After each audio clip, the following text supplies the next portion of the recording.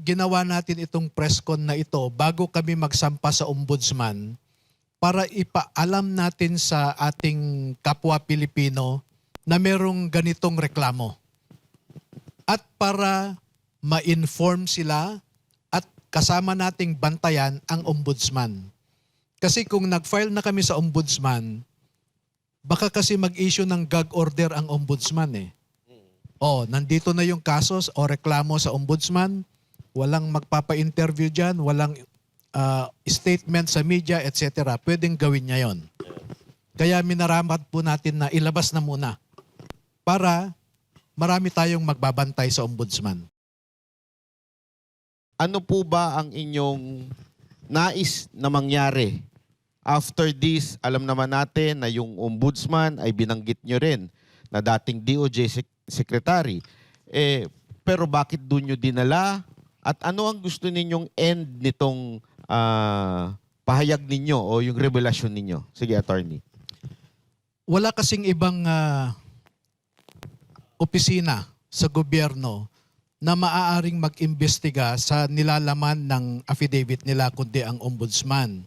Dahil ang nirereklamo natin po dito ay mga matataas na opisyal ng gobyerno at ang ombudsman ang merong primary jurisdiction sa kanila.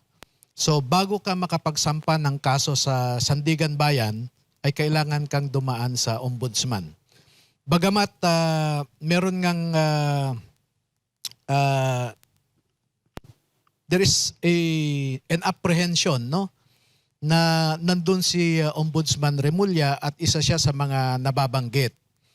Pero sabi ko sa kanila ay walang ibang opisina at pangalawa, bigyan natin ng pagkakataon ang Office of the Ombudsman na gampanan ang kanilang mandato sa ilalim ng ating saligang batas. Paano, attorney, kung medyo umadvance na tayo? Paano kung doon pa lang pinatay na nila ang kaso na ito na isinampa ninyo? Ano po ang inyong next move?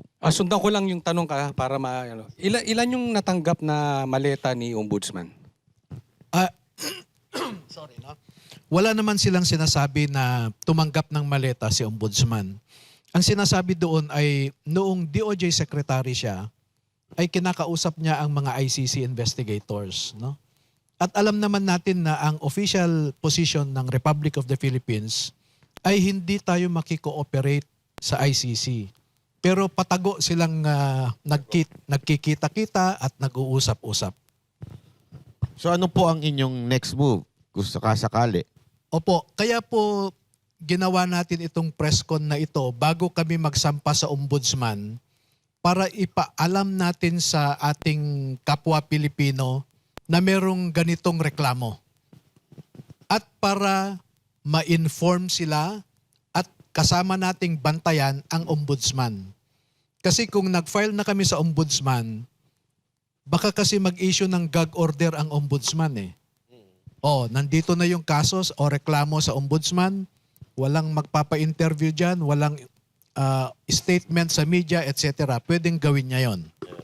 Kaya minaramat po natin na ilabas na muna para marami tayong magbabantay sa ombudsman. Ayun. So kadalasan po kasi, no, katulad nung nangyari kay Gutesa, bigla po siya nawala. Eto, gaano po ba tayo kasigurado na ito po ay magtutuloy-tuloy? At kung magtutuloy-tuloy po ba ito, itong mga hawak na ebidensya na ng 18 na Marines na ito ay masasabi ba nating may probable cause? Kasi para sa akalaman na rin nating mga kababayan, para malaman nila bandang huli, kung hindi ito matutuloy, may pumasok na naman na ibang espiritu, parang gano'n. Pagka babasahin po natin yung kanilang sinumpaang salaysay, ay meron tayong tinatawag na ultimate facts lamang ang sinabi natin dyan, no? To create a prima facie basis na mag-imbestiga ang ombudsman. At pag nag-imbestiga na ito, ay ibibigay namin yung karagdagang detalye. Ayun. Oo. So, pakonti-konti po yung bitaw. Hindi naman, no? Sa ngayon ay tama na itong allegation natin na mag-imbestiga siya. Pagka nag-imbestiga siya, ay doon na natin ibibigay yung detalye ng mga bawat alegasyon doon. Okay. Halimbawa ay sinabi lang natin dyan na ang mga mambabatas na ito ay nakatanggap ng pera. So pagdating ng investigasyon, kung sino ang nag-deliver o nakakita, sila po yung magsasabi na kami ang nag-deliver dito sa particular na mambabatas o opisyal na ito. Ayun. Okay. Paano ba nabuo ito, attorney? Itong 18 na ito. Anong motivation nila? Kasi nung una, si Orly Gutesa, di ba? Tapos biglang lumitaw itong 18, tapos kayo na yung nakatayo. Oh, kasi sa pagkakaalam ko, si Orly Gutesa, lumapit siya kay dating Congressman Mike Defensor, tapos ni-refer ni Mike Defensor kay Senator Marcoleta. So, paano nangyari at bakit ikaw yung tumindig para maging boses na itong 18 matatapang magigiting ng mga Marines? Oo. Isa rin ako sa mga milyon-milyong Pilipino na nanood sa Senate Blue Ribbon Committee. At nakita ko kung paano trinato si Gutesa, no? He was unfairly treated at ang masama, pinalabas pa siyang nagsisinungaling. Yun po ang dahilan bakit ko hinanap ang mga kasamahan ni Gutesa. Oo. So hinanap nyo po sila? Oo. Meron akong kaibigan na dati nilang katrabaho din at kinausap ko kung maaari kong kausapin yung iba pa niyang mga kasamahan. No? So, mula 4, naging 10, naging 20, at naging 30 yung aking kinakausap. Tumigil na ako kasi marami na masyado yung 30. Pero may mga rason yung iba kaya hindi ko muna pinasama. Ang rason dyan ay subukan natin itong 20 muna, sabi ko. Kasi baka hindi naman necessary na i-expose ko pa sa danger yung iba. Pero dito sa 20, 2 ang hindi nakapirma dahil yung isa ay nasa ospital, nagbabantay sa asawa niyang may sakit. Yung isa naman, meron siyang asawa na nagtatrabaho sa gobyerno at ang iniisip niya ay baka maapektuhan yung trabaho ng kanyang asawa. So sabi ko, okay lang. Kaya itong 18 ang lumabas muna. Kaya ng attorney, isa sa mga kinaka-worry, tanong din ng mga nasa social media, dahil nga doon sa nangyari kay Gutesa na pabalita na siya ay umurong, nagtatanong tuloy ang mga taong bayan, baka naman nagsalita itong mga ito, pagkatapos nilang magsalita, bigla din silang uurong, parang mas lalo tuloy lumalabo ang mga sitwasyon. Ano masasabi niyo dito? Sa tingin niyo ba paninindigan nila ito hanggang dulo? Palagay ko po dahil ang isang mabigat na rason kung bakit sila lumabas ay para suportahan yung sinasabi ni Gutesa. Oo. Kasi sa kanila walang iwanan eh. Yes po. Oo. Kaya naniniwala ako na hindi aatras o magbabago itong 18. May nabanggit din po kayo na kaya nagising itong mga sundalo na ito ay dahil po doon sa pangyayari doon sa isang apo. Ano ho bang buong istorya po nito? Yung isa doon ay merong apo na 2 years old lamang. Dinala sa ospital dahil may dengue. Pero walang maibigay na gamot. Kaya namatay yung bata. So, na-realize niya na noong nag-uusap na kami, pinaliwanag ko kasi sa kanila yung kasalukuyang suliranin ng ating bansa. Yung sa ekonomiya, sa politika, at naintindihan nila na kaya pala naghihirap ang mga Pilipino ay dahil ninanakaw ng mga opisyal ang pera na para sana sa mga serbisyo. Ipinaliwanag ko nga rin noong PDAF scam na ganun din yung aking motivation, kako. Kaya naniwala at nagtiwala sila sa akin. So, para rin po dito sa suporta dito sa 18 na Marines, no? Kasi baka mamaya biglang umatras. Pwede po ba silang ituring ng mga whistleblower? At kung ganon, sako po ba sila nitong mga whistleblower protection para sa kanilang kaligtasan din? Yeah, pwede naman silang isama sa witness protection program. Pero ipinaliwanag ko sa kanila kung ano ang pwedeng mangyari, no? At talagang hindi sila papasok sa witness protection program. At palagay ko, hindi lang kasi, ito lang ang nakikita natin yung 18. Hindi natin nakikita yung ibang kasamahan nila na sumusuporta sa mga ito. Attorney, Ito, tanungin ko lang yun, follow up ko lang yun. Ito po ba yung mga retirado o ito yung mga active pa?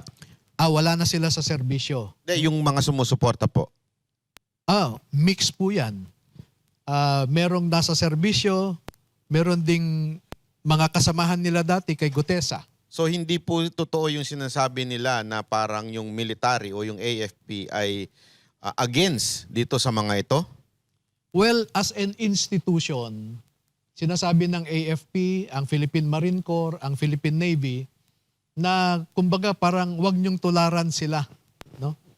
Pero individually, may mga opisyal pa nga na nagte-text at kinocongratulate nila ang mga ito. Kakaiba ang kanilang pagmamahal sa bayan. so in short, yung uniform men natin, officially, ang statement, wag tularan. Pero karamihan, siguro it's safe to say, karamihan sa kanila, gusto yung ginagawa nitong 18 na to. Wala akong statistics kung karamihan ba.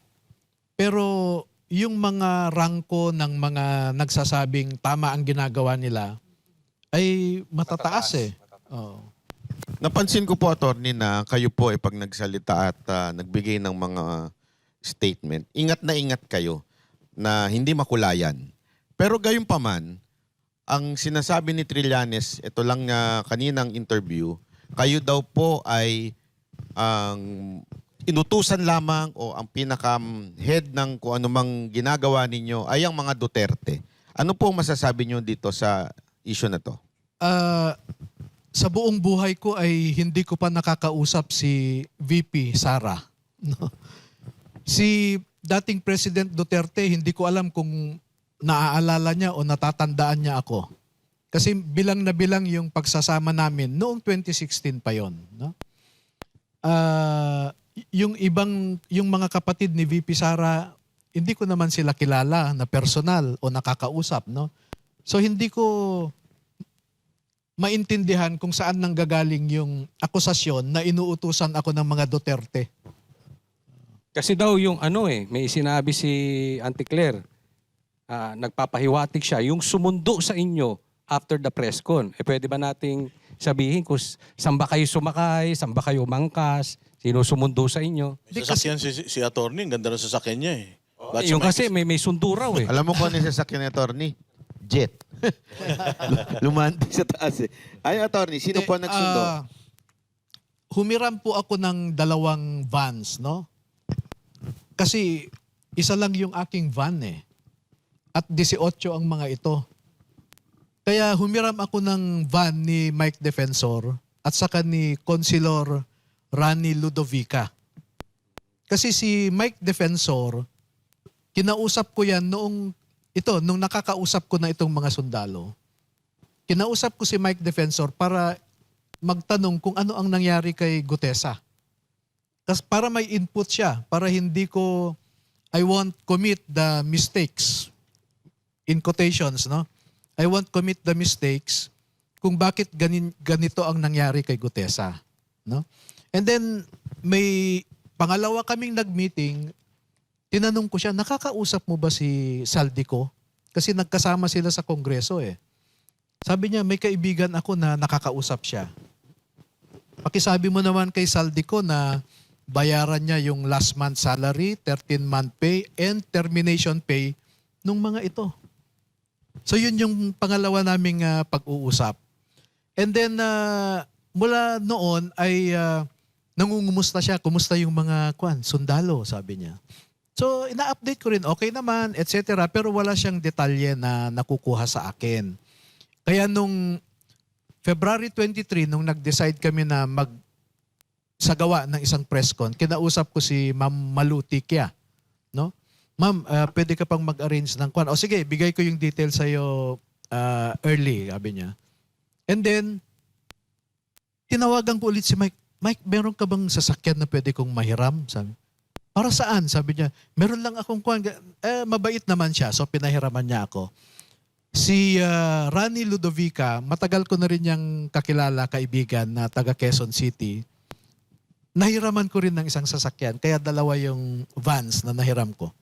Pero matindi, no? Kasi mayroon kagad silang information tungkol doon sa sasakyan kung saan sumakay. Pero itong mga information na ibinibigay ng mga Marines na ito, parang hindi naman, Pero wala parang silang balak. nabanggit nyo na may sumusunod kasi sa inyo after nun eh. Oo. Kaya nga, kung saan-saan kaming daan pumasok, dahil nung umalis kami, ako yung una, then yung dalawang sasakyan, no? Eh, halatado naman na katulad sa White Plains Road, maluwang yon. Dahan-dahan lang kami, ayaw mag-overtake nung tatlong nakamotorsiklo.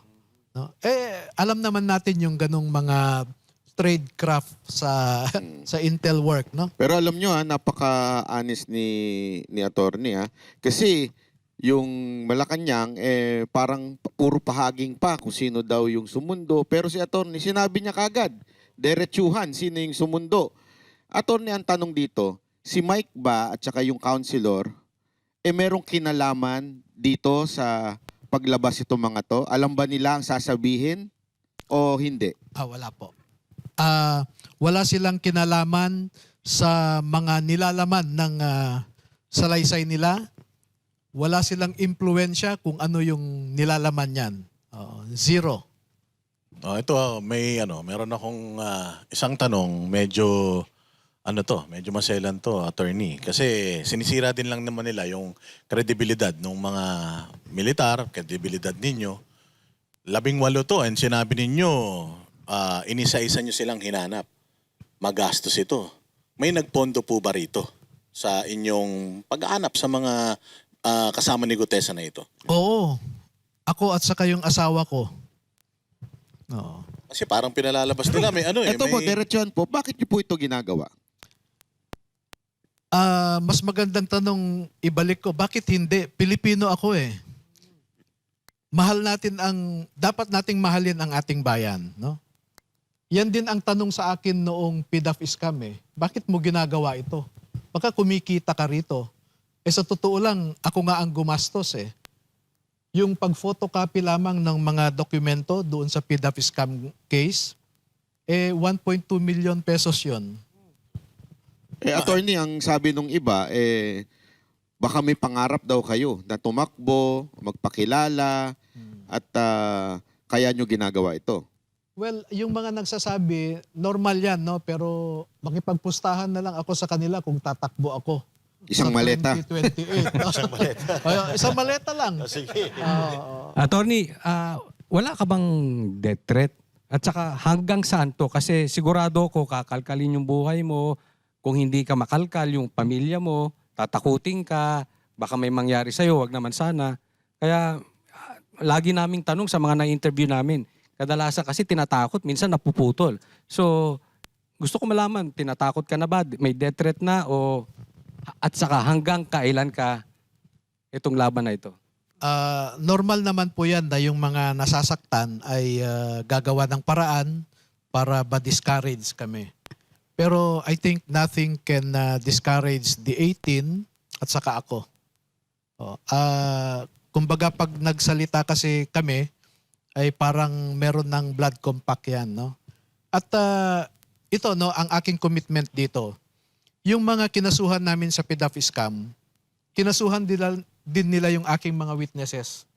At alam niyo po ba na yung harassment suits na yan, natapos ko ang pinakahuli na kaso noong last month lang. Na-dismiss naman lahat. No? Acquitted yung mga witnesses ko sa lahat ng kaso na sinampa ng mga mambabatas.